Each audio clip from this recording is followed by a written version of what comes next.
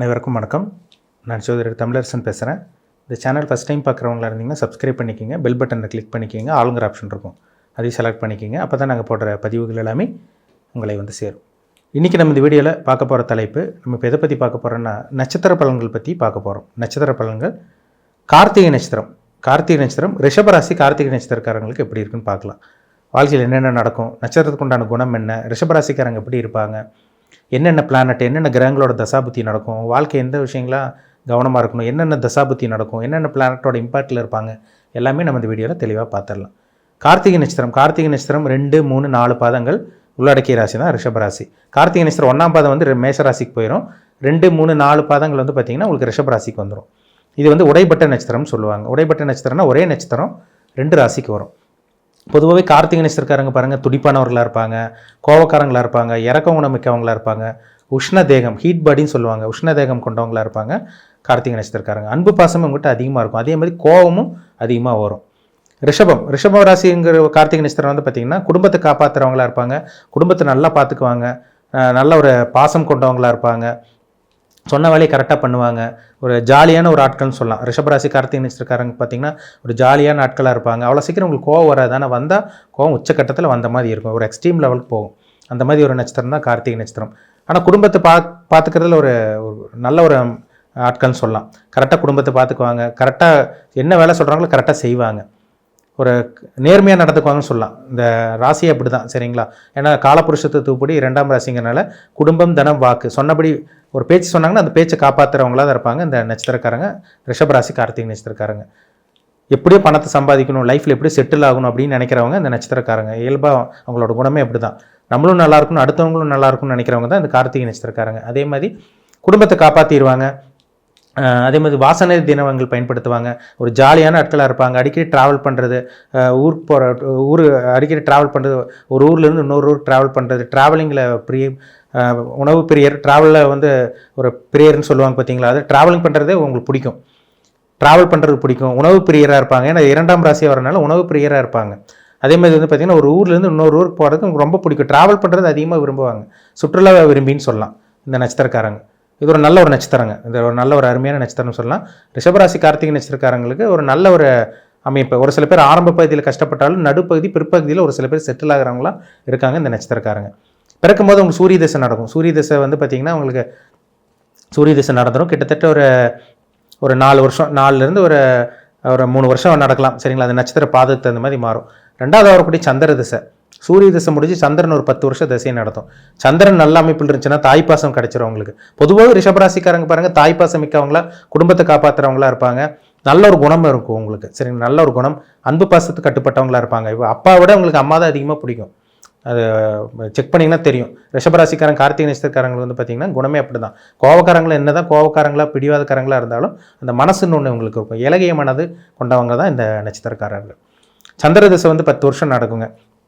சந்திரன் ஒரு நல்ல அமைப்பில் இருந்துட்டாருன்னா சின்ன வயசுல தாய்ப்பாசம் கிடைச்சிருது, அம்மாவோட ஆரோக்கியம் நல்லாயிருக்கும், சந்திரன் கெடாமல் இருக்கணும். சந்திரன் கெட்டு போச்சுன்னா ஜாதகரோட ஆரோக்கியம் கெட்டு போகும்.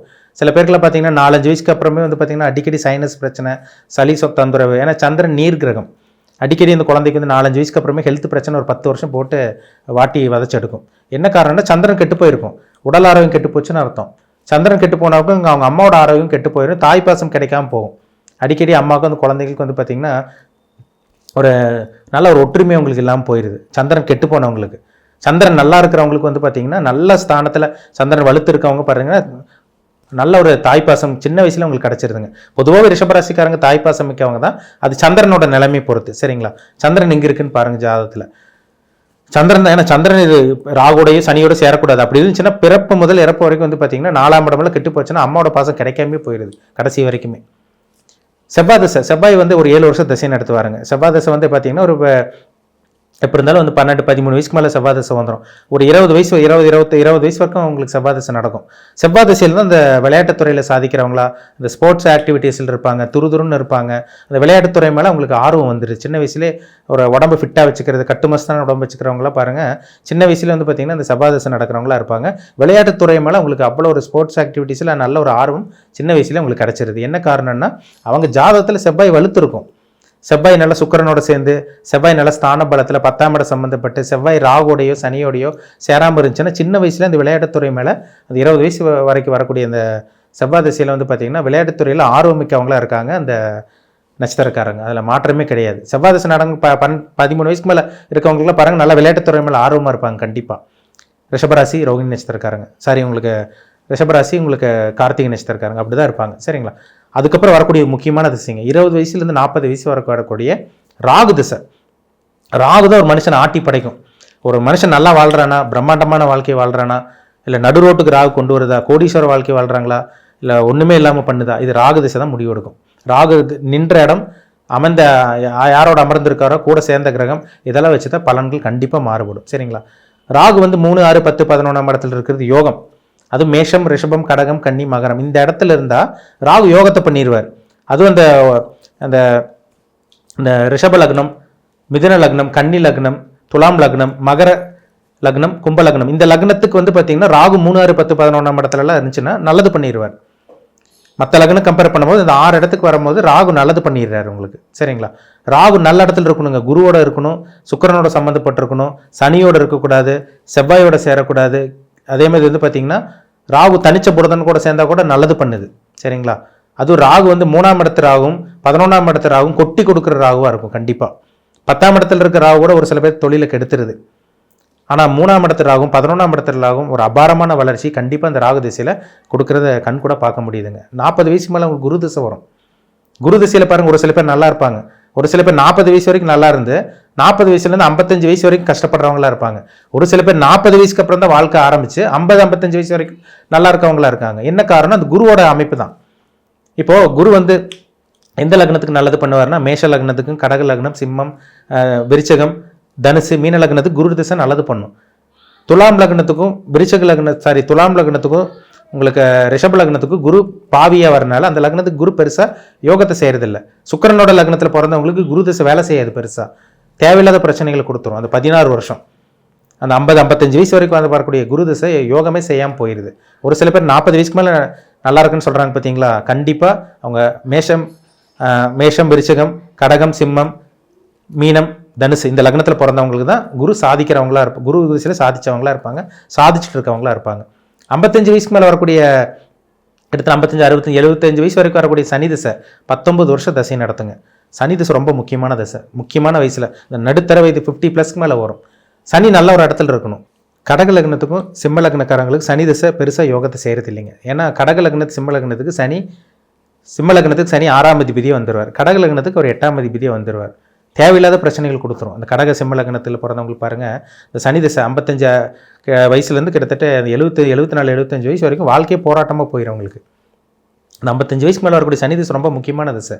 இது மற்ற லக்னக்காரங்களுக்கு கூட சனி திசை நல்லது பண்ணிடுது. அதுவும் ரிஷப லக்னம், மிதுன லக்னம், கன்னி லக்னம், துலாம் லக்னம், மகர, கும்ப லக்னத்துக்கெல்லாம் சனி நல்லது பண்ணுறவர். தனுசு லக்னம், மீன லக்னத்துக்கு கூட சனி திசை ஓரளவுக்கு பேலன்சிங்காக ஒரு சுமாரான ஒரு திசையாக இருக்கும். விருச்சிக லக்னக்காரங்களுக்கு கூட சனி திசை ஓரளவுக்கு நல்லா இருக்கும். மேஷ லக்னக்காரங்களுக்கு கூட பரவாயில்லன்னு சொல்லலாம், அது இருக்கிற இடத்த பொறுத்து.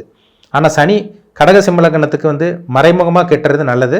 சனி செவ்வாயோடையோ ராகோடையோ இல்லை இருந்துட்டாருன்னா, இருக்கக்கூடாத இடத்துலலாம் இருந்துட்டாருன்னா தேவையில்லாத பிரச்சனைகள், கெடுபலன்கள், ஒரு கொடுமையான விஷயங்கள்லாம் சனி திசை 19 வருஷம் வாழ்க்கையை முடக்கி வைக்கிற மாதிரி பண்ணிடும். அப்போ பிறப்பு ஜாதகத்தில் சனி எங்கே இருக்காரு, உங்கள் வீட்டில் அதாவது பார்த்தீங்கன்னா சனி என்ன வீட்டில் இருக்காரு, என்ன அமைப்பில் இருக்காரு, யாரோட சேர்ந்துருக்காங்க, யாரால் பார்க்கப்பட்டிருக்காங்க, அதை பார்த்து தெளிவாக தெரிஞ்சுக்குங்க. உங்கள் பிறப்பு ஜாதகத்தில் மற்ற கிரகங்கள் எங்கே இருக்காங்க, குரு எங்கே இருக்காங்க, ராகு எங்கே இருக்காங்க, சனி எங்கே இருக்காங்க, உங்கள் வயசு என்ன. ஏன்னா நீங்கள் ரிஷபராசி கார்த்திகை நட்சத்திரம், அதை வந்து பார்த்தீங்கன்னா எத்தனை பாதத்தில் பிறந்திருக்கீங்க, உங்கள் ஏஜ் என்ன, இப்போ வயசு என்ன போயிட்டுருக்கு, இது தெளிவாக பார்த்து தெரிஞ்சுக்கிறது ரொம்ப ரொம்ப நல்லது. சரிங்களா? அப்போ உங்களுக்கு ஒரு ஐடியா கிடச்சிடும், என்ன பண்ணலாம், என்ன பண்ணக்கூடாது, எதை நோக்கி போகலாம், எதை நோக்கி போகக்கூடாதுன்னு உங்களுக்கு ஒரு தெளிவான ஐடியா கண்டிப்பாக கிடச்சிடும்.